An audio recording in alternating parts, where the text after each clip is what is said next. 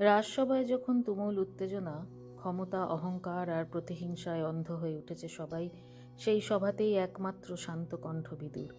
বিদুর কোনো রাজা ছিলেন না, যোদ্ধাও নন, তবু তাঁর কথা উপেক্ষা করা মানেই সর্বনাশ ডেকে আনা। তিনি জন্মসূত্রে দাসীপুত্র, কিন্তু জ্ঞান, ন্যায় ও নীতিতে তিনি রাজাদেরও গুরু।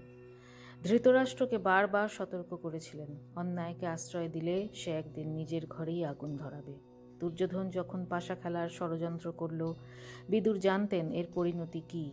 তিনি সভা ছেড়ে চলে গিয়েছিলেন, কারণ যেখানে ন্যায়ের কথা শোনার কেউ নেই, সেখানে জ্ঞান অপমানিত হয়। যুদ্ধের আগে কৃষ্ণ নিজেই বিদুরের ঘরে গিয়েছিলেন। রাজপ্রাসাদ সেরে ঈশ্বর যাঁর ঘরে যান, তিনি বুঝিয়ে দেন ভক্তি আর নৈতিকতা পদমর্যাদার চেয়েও বড়। বিদুর যুদ্ধ চাননি, কিন্তু যুদ্ধ অনিবার্য জেনেও তিনি ন্যায়ের পক্ষ ছাড়েননি। বিদুর আমাদের শেখান, সবচেয়ে শক্তিশালী মানুষ সে নয় যে অস্ত্র ধরে, সে যে সত্যের পাশে দাঁড়ায় নিঃশব্দে।